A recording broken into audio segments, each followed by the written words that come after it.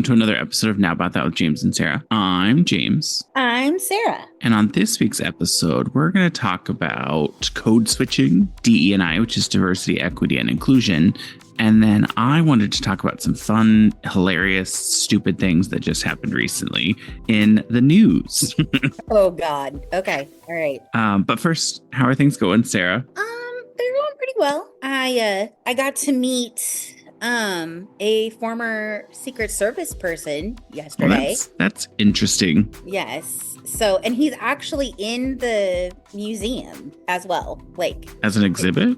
He's part of an exhibit, yes. So LBJ's car, after he left office, his Lincoln Continental that I have spoken about before, that people jump into apparently when they're drunk. I found out recently Woody Harrelson also banned from the museum because he tried to do the same thing. So anyway, but when LBJ left office, that was the car that he got. And the person who drove him in that car was one of the Secret Service men. And that Secret Service man came in yesterday to visit the museum. And he has a video of him talking about driving LBJ's car. And I happened to look at the plaque that we have for the car. And the link to his video is on the plaque. It mentions him by name as a former Secret Service person. Well, that's fun. So I can send you the link to the video on the YouTube. But yeah, that was pretty nifty. And other than that, it's been me and Bobby hanging out. Because Nick and Horace are in Florida. Yeah, that's about it. Just work and hanging out with Bobby. Well, that's fun. Have you heard anything from your other interview? Not yet. If I haven't heard anything by Monday, I'm gonna either email or call the person I interviewed with and see what they say. That's good. Things are going okay. I have a really big paper that I have to do this week, so I need to start working on it. I haven't started yet, but I need to because it's like 4 to 5 pages, and it's about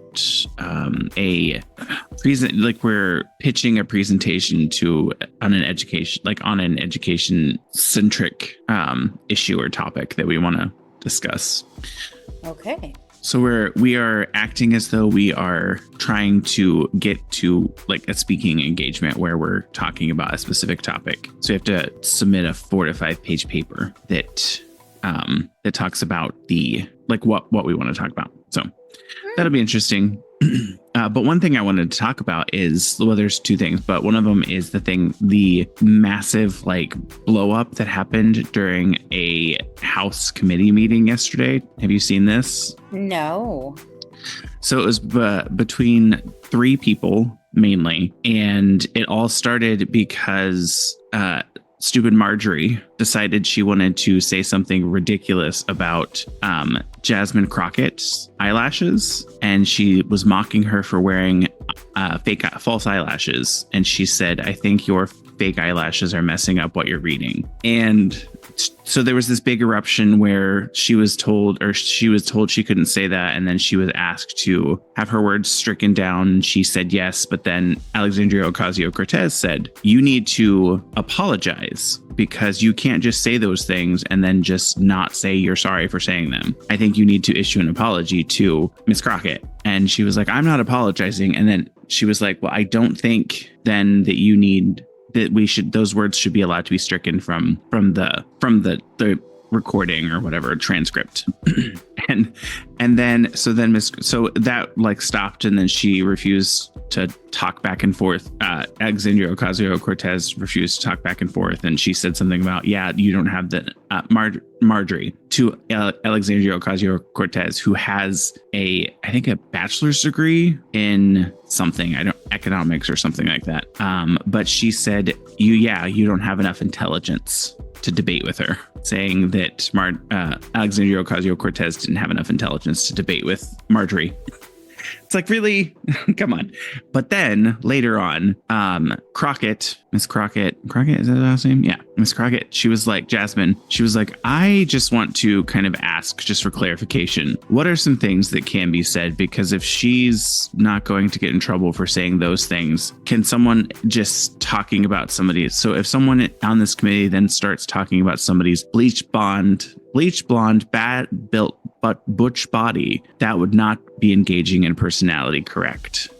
So that was fun. And then like the person that like the speaker of the committee didn't understand what she was saying. And then like a bunch of people were saying, oh, those need to be stricken. And she was like, I'm just trying to get clarification. Don't tell me to calm down, because y'all talk noise and then you can't back it up. Because if I come and talk shit about her, y'all gonna have a problem. That sounds about right. Also, Andrea Ocasio-Cortez has 2 degrees in economics and international relations. Economics, that was what I was thinking of, yeah. So yeah, it's like if anyone is, I mean, I don't think really anyone is really designed to be in Congress. I think someone that has a degree in economics and should like that, they're more than likely more qualified than someone who barely has a high school diploma. True. You would think. Sometimes though, I don't know, some of these people that are in office are supposedly really, really smart. Man. But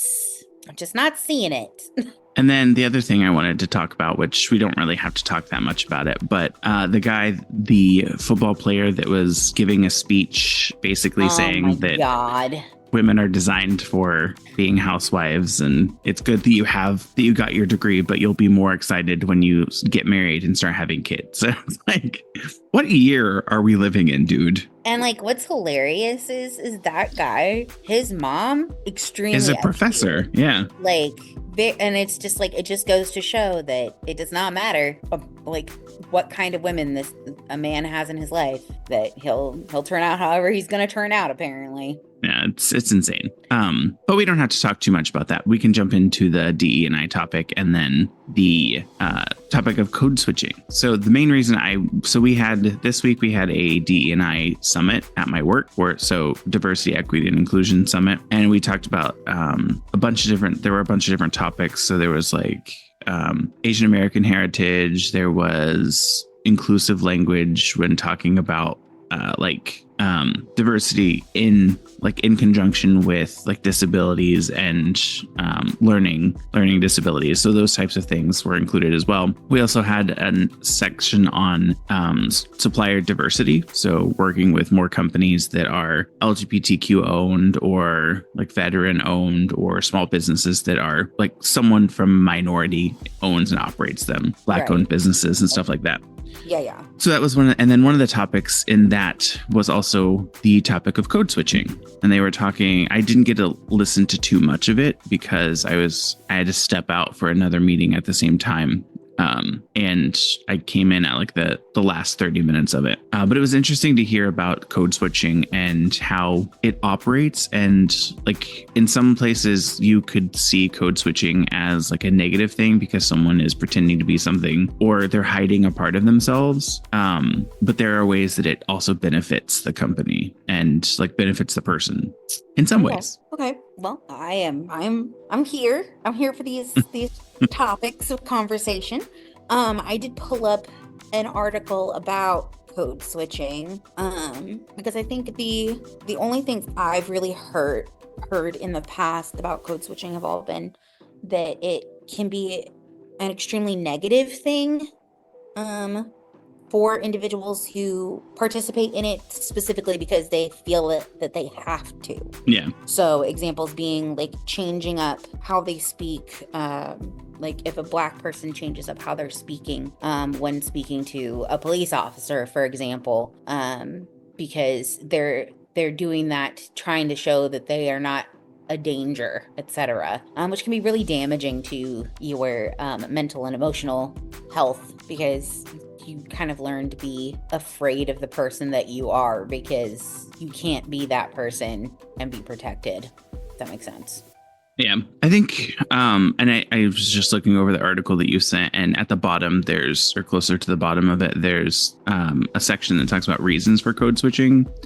And part of it is like to better express themselves. So when people are not able to express themselves adequately in one language, they often switch to another language. So like, even I think like for me, what you're saying, code switching is seen as you're changing the way that you talk or the way that you speak. And then there's also the side of code switching where you're trying to express something, like say something in English, say, and then instead of saying it in English, you may switch to like your first language, because you can say it better in your first language. And then someone else that has maybe a little bit more of the ability to translate that into an English language, like an English equivalent, can step in and say, okay, this is what they mean when they're saying it in this language. So that's, I think that's that part of it is an interesting way to look at it. I think everybody typically sees it from that negative point of view that you're talking about, where it is what you were saying, where they're hiding a part of themselves because it might be dangerous for them to show that side in the setting that they're in, which that is a big part of code switching.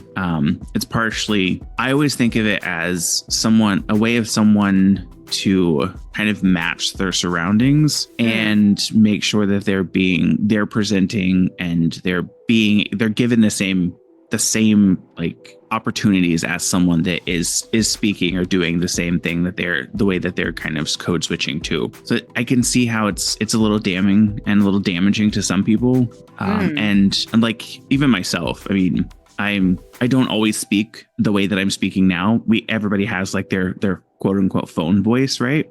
Right. Like everybody has their professional voice where it's not like, I might deepen my voice a little bit and be a little less frilly with my hand gestures while I'm talking in certain settings, because it's not as professional to speak with like the kind of, I don't think I have that much of like a little bit of a more gay voice. We'll say that quote unquote gay voice, but it is a little more feminine sometimes, I can tell. And even listening back to this, it's like I hear myself more because I edit these. So right. I know what I sound like sometimes. So it is that. And it's interesting because you'll see people speak one specific way, and then in a different setting, they completely talk differently. I think the biggest kind of most interesting example of it is a TikToker influencer. She will talk in like her regular, like her personal voice, and then like there's clips where she's a newscaster and she sounds completely different. Oh yeah. I've seen a couple of TikTokers who are like that. And it's really fascinating to me. But yeah, no, I agree. Everybody has, like, if you've had to work in customer service, you have a different customer service voice. Like, I don't know anybody who's worked in customer service who does not have a different voice that they use when they're actually working versus when they're just chilling. It's funny. It's interesting that you deepen your voice sometimes. Whereas I let my voice go a little higher. Yeah. Because, you know, if the more feminine a woman acts, the more likely the person on the other end of the phone is going to be polite to them. Yeah. I don't know why that is, other than misogyny built into the system. But it's true. It has been my experience. If I talk to somebody with my regular voice, there's a very different way that they treat me versus when I sound a little bit higher and I'm a little bit peppier and I'm just... Yeah. And I can say, I mean, I think I haven't noticed it all that much, except for every now and then, like I've only worked in customer service for a very short period of time because that's not my life. It's not the life I want. Not the life I want either, but nothing against people that do like to work in customer service. There are people that enjoy working with customers. I am just not one of them. Yeah. But like there were times when I worked at like movie gallery back in the like early 2000s when there was a movie rental store around right. somewhere. That's how old we are. Where when I was interacting with customers, I would kind of, like I said, deepen my voice because I worked in a small town, and like you could tell when someone didn't like speaking to someone that they perceived as gay, they would treat them worse, or they would treat them like they were less of a person. Yeah. So code switching, I think most people always relate it to like the Black and Hispanic group, because they have to put on their white voice. They have to put on their white voice where they're talking more like they may inflect more in their language, or they may not use as much code, like not code names, not use as many AAVE, African American Vernacular English. Yeah. So not like they'll use more of a quote unquote traditional speaking that isn't saying, I mean, I'm not saying that's the right thing to do. And I don't think it's okay. And it, like you said, it does damage someone's mental health just by making them kind of switch between talking like they would regularly on a regular basis, and then how they would to, like you said, if they were interacting with a police officer, they may realize I need to switch the way that I talk because it's safer for me to speak like this than it is if I were to speak the way I typically do. Or if I speak the way I typically do, they may see me as, oh, this person may have stolen this car because I'm in a really nice car, but I'm speaking the way that I typically would. Right. And not something they would typically see. Right. So it's an interesting concept of code switching. And I mean, I think we talked a little bit about a couple of different ways.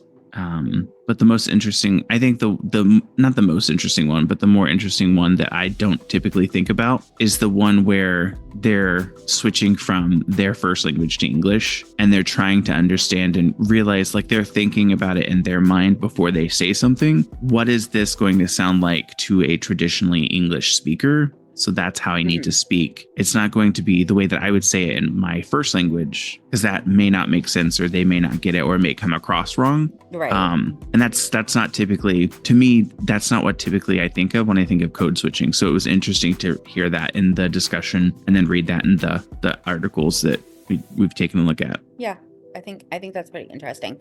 I had never realized that until I pulled up this article. So the definition for code switching is a linguistic phenomenon in which speakers switch back and forth between two or more languages or language varieties in the context of a single conversation or utterance. And that definition comes from Rampton, 1995.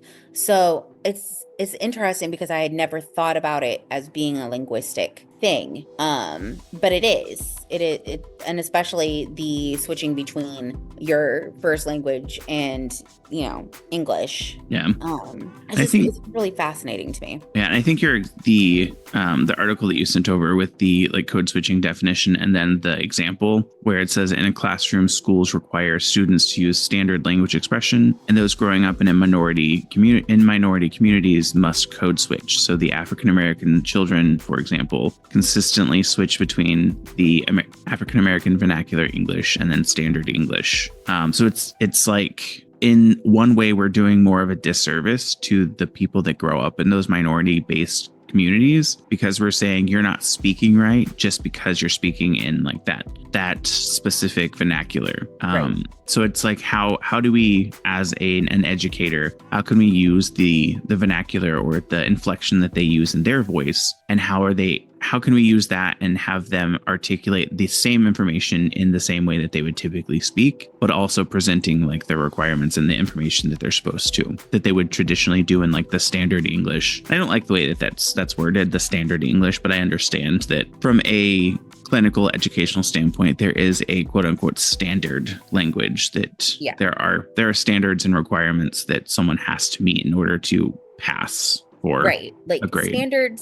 Standards don't include like all the variety of language. It's just the basics, the things that you need to understand to function in the language itself is what it's supposed to be. Because standard language also does not include like things like slang or expressions, things like that. What you looking at? Oh, I was drawing. Oh. I was writing stuff on, we had a meeting earlier this week about a system that we're looking at using. So I was writing notes on this random scrap of paper because I had my Remarkable notebook. So like the digital notebook, it was in my bag, which is all the way over there. So I was writing notes, and then I was like coloring in one with a light blue marker. Oh, okay.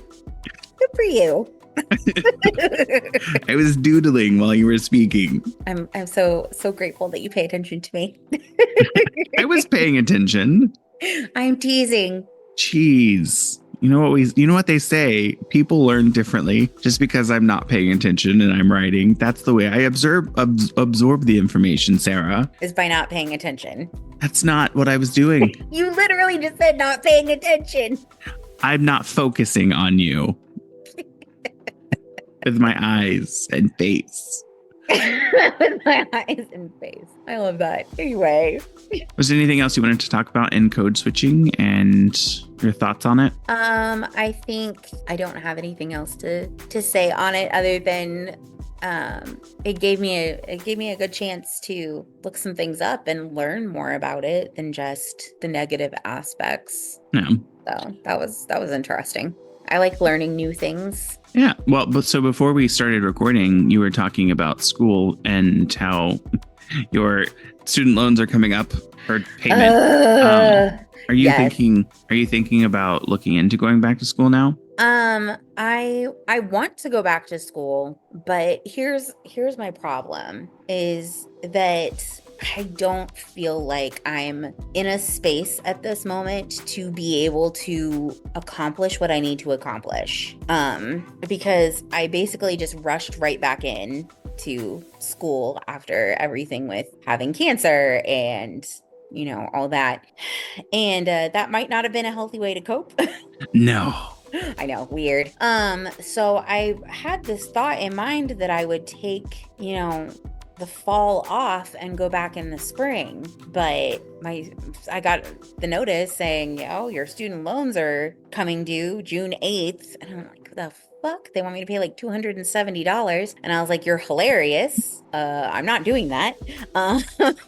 Also, isn't there like a 6-month? Well, when did you stop going to school? I literally only just withdrew from my classes this last semester. But how long? So they would backdate it to whenever you were enrolled, like for full time. So I think the withdrawal, but I think the withdrawal gets taken away. Like those classes don't count towards the 6 months. It goes back to the last time you took the last group. So your last I was enrolled in the fall as well. Like and when did it end? The December. So that's probably the 6 months. June would be the 6 months. Yeah. That would explain it. Yeah. But you can always look at the income-based repayment, and it's like if you make under, I think it's if you make under like $36,000 or something like that as an individual, then it's like you have a $0 monthly payment. I absolutely make less than that. Currently, let's see, how much do I make currently? So, So I don't even make $14,000 a year at the current position. So it says, because your required monthly payment is a percentage of your discretionary income, your payment will be $0 if your discretionary income is $0. For example, 225% of the poverty guideline amount for a family size of 1 in the 48 contiguous states is $32,800, which means if your annual income is equal to or less than $32,800 and your family size is just yourself, your discretionary income is $0 and your monthly payment will be $0. Okay, well, that's good. But you do have to sign up for the plan. Yeah, I have to go through and do that. But yeah. I unfortunately could not do that because I do not make $32,000. And if I did, I would not be able to live where I do. Right. I mean, I'm not able to live where I do currently on just one job. So I gotta find. I don't know anywhere where they would be able to live on that much. On that 14, little.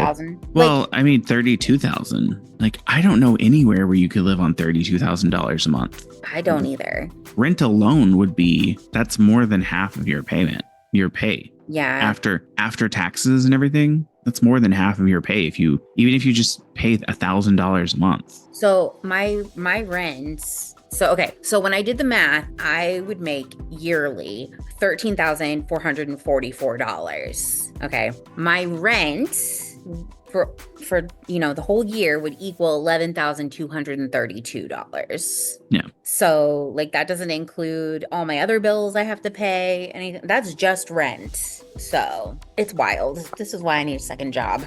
So this is completely off topic, but speaking of, have you looked into the state insurance? I know you said you don't have insurance. This is getting very personal, Sarah. Are you okay with going forward with this conversation? Oh, yeah, no. Because we've really pivoted to a completely different conversation than what we were talking about. But we're talking about diversity and equity. This is part of an equitable conversation. That is true. That is true. And we're being inclusive of my ecological, economical situation. I just had a stroke there again. I don't know what happened there. Oh my God. Whoa.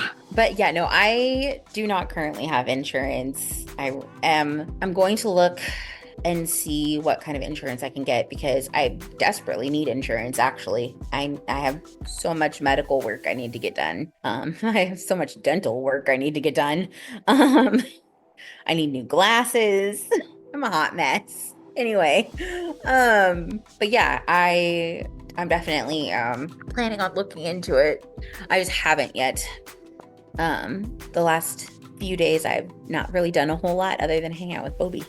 So in 2024, there's approximately 2.57 million. Oh, that says Californians. Well, that's not what I wanted. You're like, how many people are uninsured? Yeah. This is as of 2022. It says as of 2022, 92.1% of people had health insurance at some point during the year. So according to the Peter G. Peterson Foundation. Yes. Peter G. Peterson. In 2022, 26 million people, or 7.9% of the population, were uninsured. Crazy. So, yep. I don't know that I could live without insurance, but I work at a very good company that has relatively good insurance. Although I haven't really had to use it, so that's good as well. I don't think I've ever had really good insurance. Yeah. I had okay insurance. I will say when I was young, I had the state's insurance. So it was whatever Medicaid, Medicare, whatever it is. It's Medicaid, right? For the state insurance.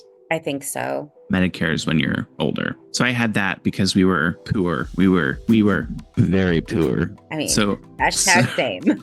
So we had Medicaid and it paid for like everything. Yeah. Like we never had to worry about getting a bill. So like anytime we had to go to the doctor, anytime we had to go get our eyes checked, anything like that, like we had to do it regularly. Otherwise we would get kicked off of the insurance. Right. So like regular checkups, like annual, I think it was like 3 times a year for dental and then once a year for vision. And it would always get like, it would be paid. So it's a good option. And I don't understand why we don't have a universal healthcare. Did you see the thing that just recently came out?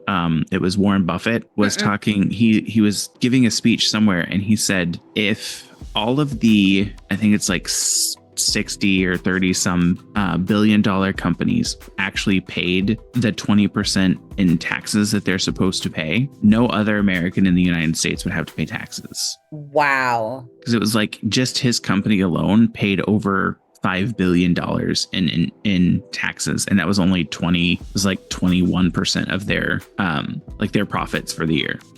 Wow. Insane. That's only that, and the thing is like that's only 21% of their profits. Yeah.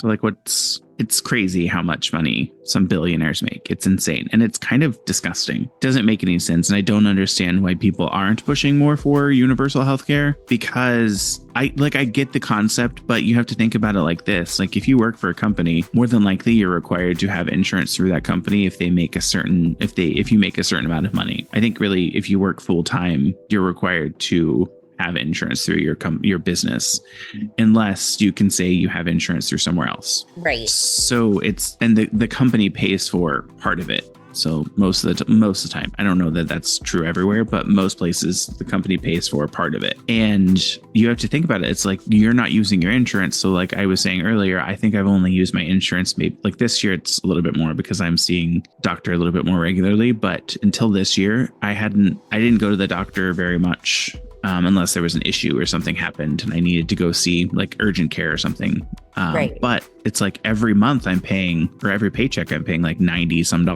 But that's so that the people that do need to use it, they have the money there. I also saw something, and again, this is just a video that I watched, so there's no context, or I haven't looked into it much. But there was a guy that was talking about insurance companies, and this is more like car insurance companies, I'm assuming, or life insurance companies, I'm assuming, where if they have a claim or they have a payout, they don't necessarily always have the capital to pay that payout. So some of the times they have to get insurance for themselves. Right. Which is insane. No, agreed.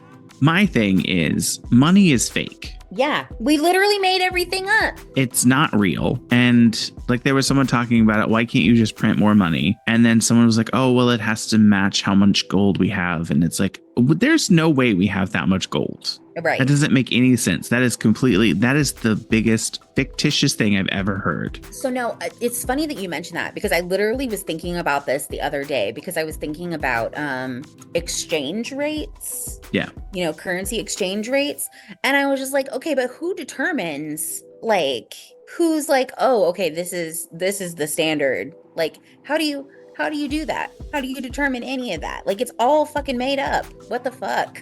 I mean, it is all made up, but it's all made up. But there is like a specific place that I don't remember what it's called, but there is a specific, yeah. It's like, who makes up the exchange rate? Like, I don't understand. Maybe I don't want to understand sometimes. Also, I don't know what it is about. This is completely off topic. I just happen to like glance at myself while we're doing this. And my teeth look white in this lighting. That is because, and I have something funny to tell you, but that is because Zoom has this feature where you can turn on a whitening, like a teeth whitening feature as well. But it also could be the lighting that you're into. So if it's more of a blue light, they'll look whiter, because blue cancels out yellow. But interesting, funny thing. We were watching, I was watching the DE&I videos, and this one section of it, and I'm not going to say what section, but there was this woman that was talking, and I don't know what setting she had on, but it was turned up to the max, because like her teeth, they were just one single square or rectangle whenever she would talk to a certain mouth opening. If she opened her mouth to a certain like wideness, her teeth were just like one singular rectangle because of how much she had the whitening turned up. Or maybe she had her green screen effect turned on and it was messing with her teeth too, because her teeth were shiny or whatever. So a lot of times if something's super reflective, it goes green screen. Yeah. But it's like, I was like, dang, she has her teeth whitening option turned to the max. No joke. Jesus. I didn't even know that was an option, to be honest. It is. There's a lot of there's beautification options. Make me beautiful. I mean, I'm already beautiful. So let's see. If we go to, we're not going to play with this. There's like a camera settings. We're not going to play with it, he says, as he goes to play with it. I'm not playing with it. I was looking at it, but I'm not, because that would be very boring for the people that are listening, the 6 of them that are listening, and one or two of them being me on different platforms. One or two of them being me on different platforms. I did want to talk to you about potentially collabing with the person from One Nothing podcasts. Oh yeah, for sure. So I sent a little note with the shirt or sweater, and she received the sweater. I think it was like yesterday or something. So I put in a little note that it would be fun to maybe collab and do guest on One Nothing podcast once or something. Have you listened to any of it? I think I've listened to 1 or 2 episodes. I'm following her on Instagram. Yeah, it's very kind of true crime, but also crazy events that happen. I think the last one was I didn't get a chance to listen to the last one, but from what I can see on what she's posting on Instagram, it was animal attacks. So those, I think there's been a few.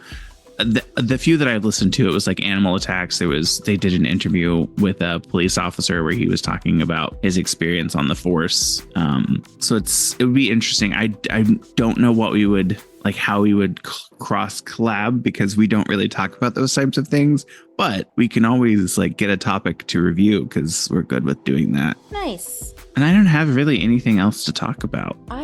I don't really either, to be honest. Like, there's not a whole lot going on. Are you doing anything fun this weekend? Other than hanging with Bobby? No, not really. Have you been driving for Uber any? Not this week, no. But I need to. I originally was gonna go out and drive tonight, but I forgot my glasses at work. And I can drive without my glasses, but I don't want to drive at night without my glasses. Yeah. And at night is the best time to drive.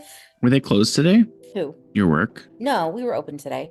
I had left work already. I was already almost all the way home when I realized my glasses are not on my face. So, but I'll get my glasses tomorrow when I go into work, and so I'll probably drive tomorrow night and maybe drive for like the lunch rush on Monday, maybe. Yeah. See what I can conjure. Well, not next week, but the following week is a holiday. Yes, Memorial Day. So you might be able to drive that day, and it's like what are they called? Surge pricing, where you could make more money. Yeah, that's true. I don't know if I would deal with people in traffic that well during surge pricing. I don't like being stuck in traffic. I also do not like being stuck in traffic. That is the only major downside to my job is just the amount of time I have to spend getting back and forth because of traffic. Today wasn't too bad because it's a weekend, so the weekends aren't as bad, but like Friday was a mess. Like today and tomorrow will be fine, but yesterday sucked because I know that y'all don't know this until right now because I'm telling you, but we're recording on Saturday rather than Friday because I got stuck on I-35 because of an accident. Anybody who might happen to be listening and has like lived in Texas knows how awful I-35 is. So yeah, that's the only downside, I think. I thought we could play a BuzzFeed quiz or two. I love that because why not? So the first one I sent you playlist, and we'll guess your hair color. And then I just sent you another one that is guess my favorite season based on cakes. On cakes, okay, all right. So we'll do the Make a 2000s playlist, and we'll guess your hair color. So first, pick a song from 2000.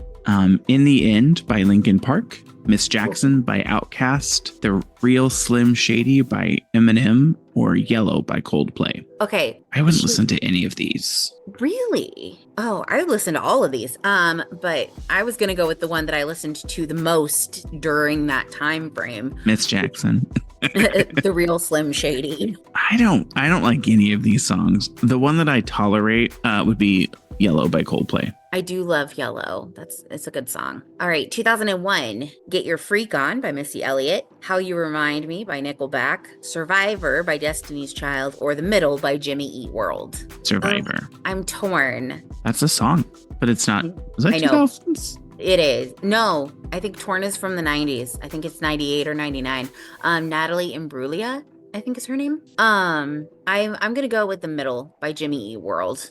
2002, it's Complicated by Avril Lavigne, Lose Yourself by Eminem, The Scientist by Coldplay, or Work It by Missy Elliott. Well, I was obsessed with Complicated. I'm choosing Work It by Missy Elliott because I think that's a fun song to listen to. It is a fun song. All right, 2003, Crazy in Love by Beyonce featuring Jay-Z, Heya by Outkast, Mr. Brightside by The Killers, and Where Is the Love by Black Eyed Peas. I don't with Mr. Brightside. I don't know that I like any of these songs. I do like Crazy in Love though. It's an okay song. I don't know that I would want to listen to it all that much, but I'll choose it because I don't really care for the other ones. 2004, Boulevard of Broken Dreams by Green Day, Holla Back Girl by Gwen Stefani, Since You've Been Gone by Kelly Clarkson, or Yeah by Usher featuring Lil Jon and Ludacris. Fuck. I know, this one's difficult. This one's hard because I want all of them. Okay. I'm gonna go with Boulevard of Broken Dreams just because I have like a really very specific memory about listening to that song for the first time. I'm going to go with Since You've Been Gone by Kelly Clarkson because I love Kelly Clarkson, and her album was the first album I listened to while I was driving the first time. Oh, wow. Yeah. All right. 2005. Don't Ya by the Pussycat Dolls featuring Busta Rhymes. I Write Sins Not Tragedies by Panic at the Disco. Ponde Replay by Rihanna. Or We Belong Together by Mariah Carey.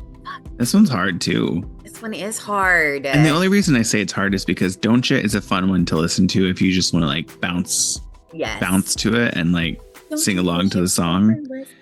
Like me. I Write Sins Not Tragedies is a fun one to listen to if you're kind of a little bit in a moody situation, but fun to listen to. Fun to replay. Fun to dance to. Another one that's fun to dance to, and then We Belong Together, iconic song. Iconic. You know what? I'm gonna go with I Write Sins Not Tragedies. I'm going with We Belong Together because that's more. I'll listen to all of them, but if I want to put one on a playlist, We Belong Together by Mariah Carey has to be on my playlist. Yeah, I get that. Ooh, all right, 2006. I just did the last one. No, I just did the last one. Did you? I thought that was me. No, I'm pretty sure that was me. Okay, well, 2006, Chasing Cars by Snow Patrol, Hips Don't Lie by Shakira featuring Wyclef Jean, Rehab by Amy Winehouse, or Welcome to the Black Parade by My Chemical Romance. I have to be honest, I don't know that I've heard very many songs from My Chemical Romance, which shouldn't surprise anyone. I've heard a lot more now as an adult, but at the time, because I'm going through this playlist like songs I would have been obsessing over during those time frames. So I was not into My Chemical Romance at all in high school. Panic at the Disco, Fall Out Boy, for sure. My Chemical Romance, no. So for me, it was Hips Don't Lie because I also have always been obsessed with Shakira. I am choosing Rehab by Amy Winehouse because I love Amy Winehouse. Are you going to watch the new Amy Winehouse movie? Probably not. Fair. All right. 2007, Bleeding Love by Leona Lewis. Girlfriend by Avril Lavigne. Low by Flo Rida featuring T-Pain. Or Umbrella by Rihanna featuring Jay-Z. Well, I know what one I would put on. So not only what one I would put on a playlist, but what one that I had playing almost extremely exclusively on my Facebook page. No, was it Facebook? MySpace was Bleeding Love by Leona Lewis. Yes. I was gonna say, if so he does not pick Bleeding Love by Leona Lewis. So for those of you that are little bitty and young, MySpace had an option where anytime you would go to someone's personal profile, you could choose to play a song. And mine, for some reason, stayed on Bleeding Love by Leona Lewis. Oh God. I had a few different ones over the time frame. But the one that I usually kept going back to was one by Emmy Rossum. Inside Out. She had a few good songs back then too. Inside Out was the one I usually went with. I think for this, I'm going to go with Umbrella because I remember when Umbrella dropped and I was obsessed. Yeah, it was a fun song. 2008, Gives You Hell by All American Rejects, Poker Face by Lady Gaga, Single Ladies, Put a Ring on It by Beyonce, or Viva La Vida by Coldplay. I have to be very controversial with this. I hate Single Ladies. Really? I think it's a stupid song. I've never enjoyed it. The only thing that I think is funny or that came out of it that was funny is the dance that makes people look stupid. Fair. Never liked that song. I don't have an opinion on it, actually. I don't necessarily like it, but I don't dislike it either. No. It's just it's a song. For me, I'm torn. I'm torn between Poker Face. Because I have a very strong memory of the first time that I heard Poker Face because it was with you and we were driving around Bloomington. And then I also have like a deep abiding love for Viva La Vida by Coldplay. It's actually my favorite Coldplay song. So I think I'm going to go with Viva La Vida. I'm going to go with Poker Face because Lady Gaga. And finally, pick a song from 2009. Empire State of Mind by Jay-Z featuring Alicia Keys. I Got a Feeling by the Black Eyed Peas. Rude Boy by Rihanna. Or Telephone by Lady Gaga featuring Beyonce. This one's hard. It's telephone for me. This one's hard for me because I Got a Feeling by the Black Eyed Peas. I also really enjoyed Empire State of Mind. I really prefer Alicia Key only's version over the Jay-Z version. So if it was Alicia Key only, I would choose that one. Rude Boy, fun song to listen to, but I'm really torn between I've Got a Feeling and Telephone by Lady Gaga featuring Beyonce. I'm probably going to go with Telephone because it's Lady Gaga and Beyonce, and I just spoke very ill of Beyonce, so I don't want people to kill me. Okay, and mine got mine correct. It said my hair was brown. It said something tells me you have brown hair. Am I right? Yes, I do have brown hair. Mine except is for the little bit that's blonde at the end. Mine is not correct because What it says unique color. I bet your hair is dyed a fun color like blue, pink, green, etc. Did I guess correctly? No, bitch. No. Nope. Mine is very much dark brown, almost I was gonna black. say, you haven't dyed your hair since we were in high school. Yeah, and it was a mistake back then.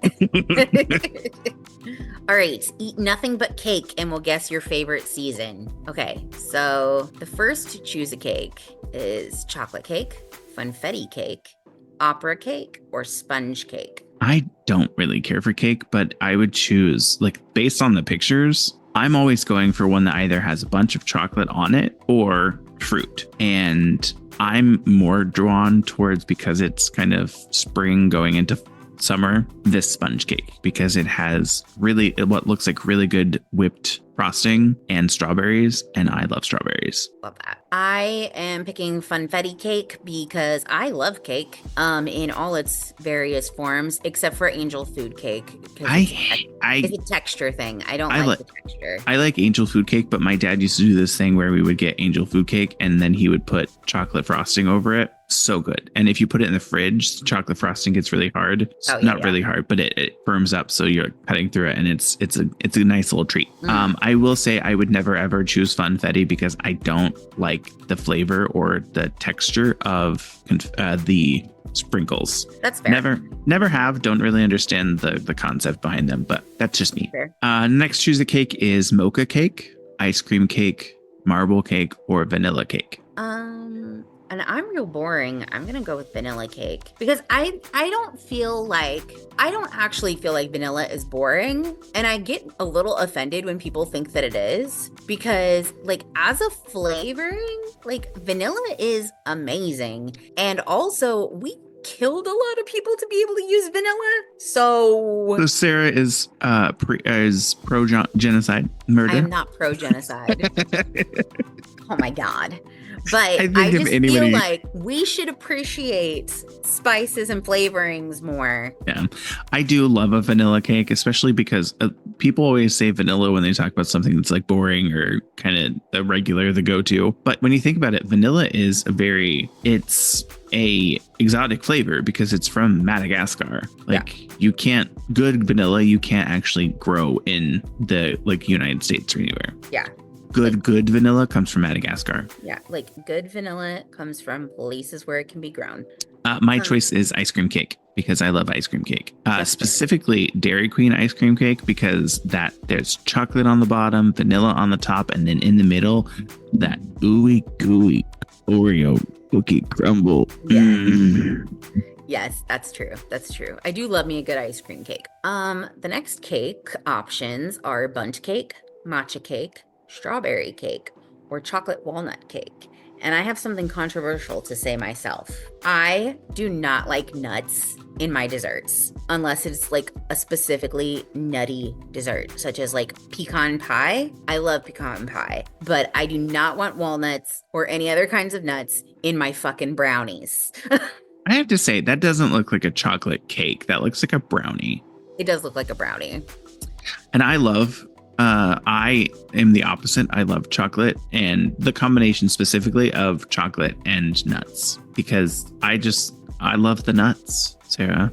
I love the nuts. I know you do. I'm picking strawberry cake because I like strawberry cake. These are all the only one that is lightly colored in the picture is strawberry cake. It's on a white plate with a white background, and then there's a cup with a pink handle on it.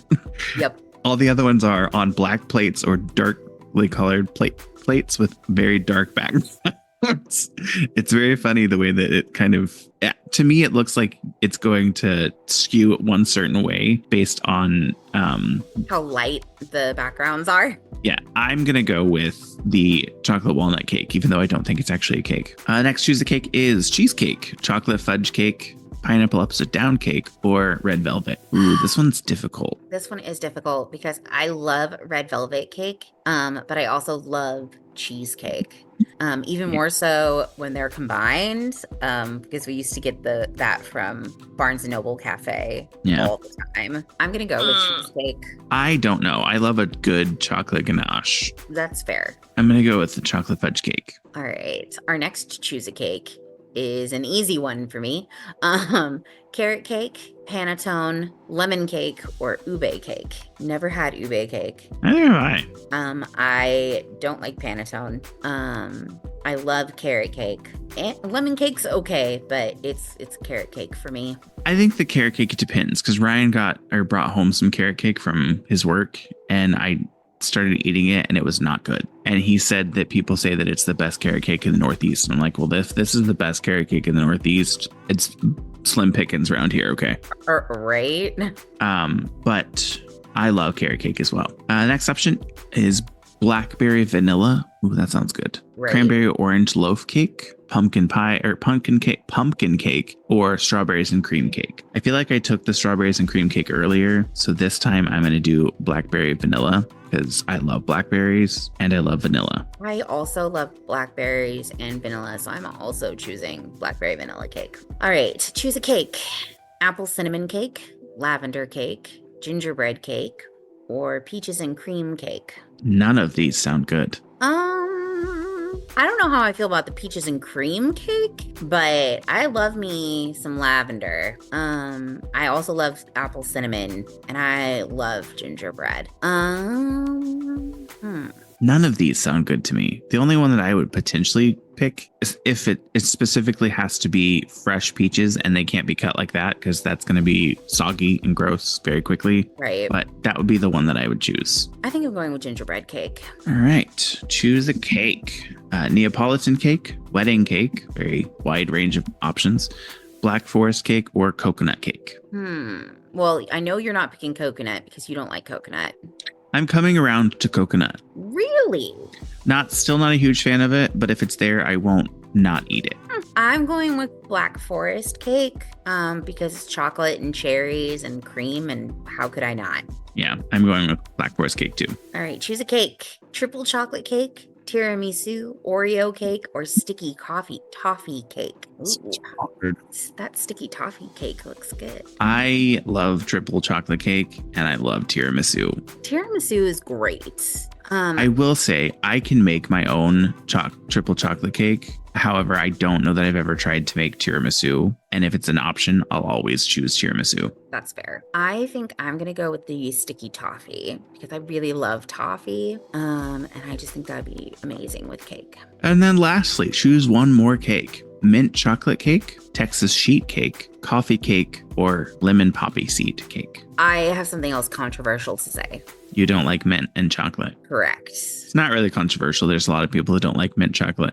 I just don't. I like in small little doses, like those Andes mints that we got crazy cracked out on that one time. With the Trojan horse. Oh my God. I miss the Trojan horse. R.I.P. No, Irish Lion. Irish Lion. Yeah. The Irish Lion. I have so many good memories. Anyway, but no, I don't like mint chocolate, so I'm not choosing that. I'm gonna go. That also wasn't Andes mints. That was. I thought it was Andes mints. No, that was it was a dessert that we got there. Oh, is that what we got? Because they don't have Andes mints there. That's at Olive Garden. Or no, it was an Andes mint pie. You're right. It was Andes mints. It was an Andes mint pie.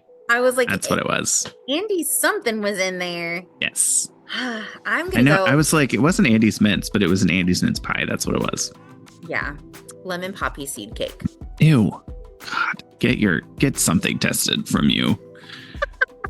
I love poppy seed. I love coffee cake. Oh, yeah, this is right. Mine is wrong. Is your summer? No. Spring. It gave me spring. Yes. It says your favorite season is spring. You love the feeling of a refresh being set when spring comes along. You feel more productive during this time. I mean, you do live in Texas. It's not as rainy down there, I guess. I don't know. It does rain a bit during the spring. April and May have like a lot of thunderstorms, but yeah, overall not too much rain. I got autumn. Your favorite season is autumn. You love the flavors and spice that the season brings. You look forward to pumpkin season all year. Just true. I prefer autumn, fall. I mean, autumn is my favorite as well. Yeah. So I like the colors. I like the clothes that I get to wear because I'm a sweater person. I even wear them in the summer because I'm insane. Yes. But I'm a fall autumn person. Same. And I will push a bitch named Autumn too. I think it's funny that the first quiz that we took was correct about my hair color and wrong about yours. And then the second quiz that we took was wrong about my favorite season, but was right about yours. It feels very, very balanced. Well, you want to do one more where we build a pizza to find out what our favorite ocean creature is? Yes, I absolutely want to do that. All right, sending now. All right. So everyone is like a certain ocean creature. Build a pizza to find out which one you are. Boy. All right. Choose a crust. Normal crust, thin crust, stuffed crust, or cauliflower crust. Stuffed crust. I'm going to be honest. I love a cauliflower crust. Yeah? Yeah. I'm not going to choose it because that's not what I would want on my regular pizza. And I definitely am not choosing thin crust because what sociopath likes thin crust pizza? So many people. It's so weird. I don't understand. I would choose, really, if I could, and it was an option, deep dish, but I'm going to go with normal crust. I love me a good stuffed crust, to be honest. Yeah. So choose a sauce. So we're going to go traditional with marinara, a little spicy with pesto, a little American with Alfredo, or olive oil, which I don't know that I would consider that a sauce. I'm going with pesto because I don't really like marinara that much. Oh, I accidentally chose Alfredo, but I can change it. Okay, we're good. If I'm getting a pizza, I want a traditional like marinara pizza. Choose some cheese: mozzarella, cheddar, Gouda, or goat. I think it's compulsory to have mozzarella cheese, so I'm going to choose an additional cheese and go with Gouda or Gouda, depending on where you're from. I'm going with straight mozzarella because the more mozzarella, the better, especially fresh mozzarella. I don't know. I think it's compulsory, so you have to have mozzarella on there. So I was going with an additional cheese. Fair. Choose a topping. So bacon, pepperoni, sausage, or ham. And I will say, I hate sausage. I don't like any of these. I don't eat pork. The only sausage that I do like on my pizza or from a pizza place was from Pizza Pantry in Spencer, which is no longer there. But they closed? Somebody bought them out, and then I think the place that bought them out went out of business. Dang. And it's fine because it was a very like Trump, America people that bought them out. If I'm going to choose one of these, would choose pepperoni. You don't like bacon? What about turkey bacon? If it's turkey bacon, sure. Just bacon. A turkey alternative, or like a pepperoni. I like turkey sausage as well. I still don't like turkey pepperoni. I'm just not a pepper. I'm probably gonna go with sausage. Just in my mind, it's turkey sausage. Well, this next one's easy for me. This next one's also easy for me. Choose another topping: onions, olives, spinach, or peppers. Olives. Yeah, I will say, so I don't like olives on my pizza, especially not black olives. I do like olives aside, like as like a snack. But if I would have chosen Alfredo, I would have chosen spinach. I didn't choose Alfredo, and I chose pepperoni, so I'm going red onions. I don't like to cook peppers, but I also don't think spinach goes very well with marinara or pepperoni. Yeah, that's fair. That's fair. Ooh, is it my turn? It is your turn. Choose one more topping: basil, pineapple, mushrooms, or extra cheese. I don't think this is a controversial opinion anymore. I think it's a divisive opinion. I love pineapple on my pizza. Not the pizza that I'm making currently, but I love pineapple on my pizza. I already got extra cheese because like I said earlier, mozzarella is compulsory. So I chose Gouda or Gouda. So I'm not going to choose extra cheese here. I'm going to choose mushrooms. I think that because of the type of pizza that I was making with the pesto sauce, that I think that with the pesto sauce, the sausage and the olives are plenty, and I don't need to add pineapple to that mix. Yeah, that would be an odd option. So I'm going to go with extra cheese. Choose a drink to pair along with your pizza. Soda, iced tea, lemonade, or water. I'm really weird, and I love having lemonade with pizza. I literally was just going to say the same thing. I really like lemonade with my pizza. I think that in this instance, though, I'm probably going to need water. So I'm going to go with water. In this instance, and just in life in general as well. I mean, yes, but like this particular, because of the type of pizza that I just built, that's what I'm going with. Which side are you grabbing? Garlic knots, buffalo wings, boneless buffalo wings. I don't know why they specifically say boneless buffalo wings. Cheese bread or breadsticks? This one's a little hard. Yeah, because I'm torn. I'm like, garlic knots or cheesy bread?